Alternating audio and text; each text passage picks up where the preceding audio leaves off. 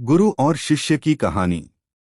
एक गुरु और शिष्य जंगल से होते हुए अपने गांव जा रहे होते हैं। अंधेरा काफी हो चुका था। शिष्य ने अपने गुरु से कहा कि गुरु की काफी रात हो चुकी है, अगर आप कहे तो आज की रात यही आसपास के किसी गांव में गुजार ले। गुरु जी ने अपना सर हिलाया और वो आसपास के गांव में एक छोटे से घर के पास जाकर रुके।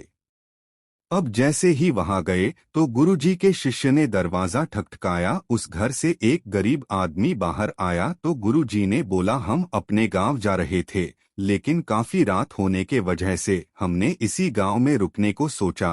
क्या हम आज रात आपके यहाँ रुक सकते हैं? गरीब आदमी बोला, हाँ क्यों नहीं, आप दोनों अंदर आ जाइए। अब जैसे ही गुरुजी अंदर गए उन्होंने देखा कि उस आदमी के घर में बहुत ज्यादा गरीबी थी। गुरुजी ने उससे पूछा कि आप काम क्या करते हो? वह गरीब आदमी बोला कि मेरे पास बहुत सारी जमीन है। तो गुरुजी ने बोला, अगर तुम्हारे पास बहुत सारी जमीन है तो इस तरह से क्यों रह रहे हो? वह आदमी बोला, यह किसी काम की नहीं है।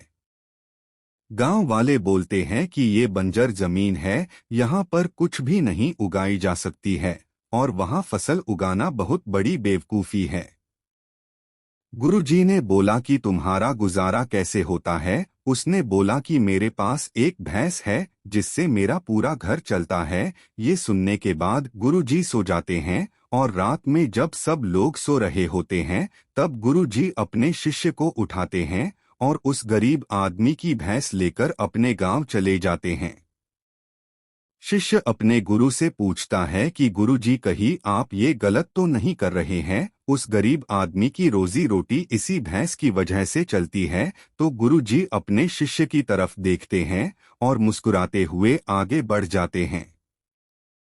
उस बात को तकरीबन 10 साल गुजर जाती है और जो गुरु का शिष्य था वह बहुत बड़ा गुरु बन चुका था। तो एक दिन उन्हें उस गरीब आदमी की याद आती है कि मेरे गुरु ने उस आदमी के साथ अच्छा नहीं किया था, मुझे एक बार चलकर देखना चाहिए कि वह आदमी अब किस परिस्थिति में है।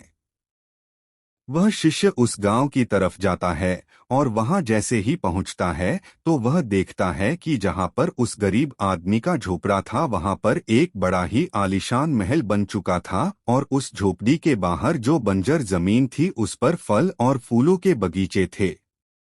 तभी उधर से उस घर का मालिक आता है। शिष्य उसे पहचान लेता है और उस आदमी को बोलता है, तुमने मुझे पहचाना? मैं अपने गुरुजी के साथ आया था, हमने एक रात के लिए आपके यहाँ रुके भी थे।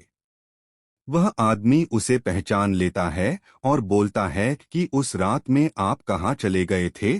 और उस रात के बाद ही मेरी भैंस कहीं चली गई थी, मेरे पास कोई रास्ता नहीं था, तो मैंने अपने जमीन पर मेहनत की और फसल निकल आई और आज मैं इस गांव का सबसे बड़ा और सबसे अमीर आदमी बन चुका हूँ।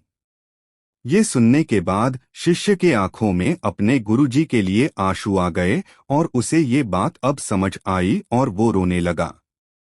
इस कहानी से हमें ये सीख मिलती है कि हमारे अंदर ऐसी बहुत सी टैलेंट छुपी हुई है, लेकिन हमें कोई ना कोई चीज रुका कर रखी है। वो आपके फैमिली वाले भी हो सकते हैं, आपको जॉब भी हो सकती है, कुछ और भी हो सकता है। देखिए, आपके पास भी तो भैंस की जैसी कोई दूसरी चीज तो नहीं है जिसने आपको आगे बढ़ने से रोक कर रखा है।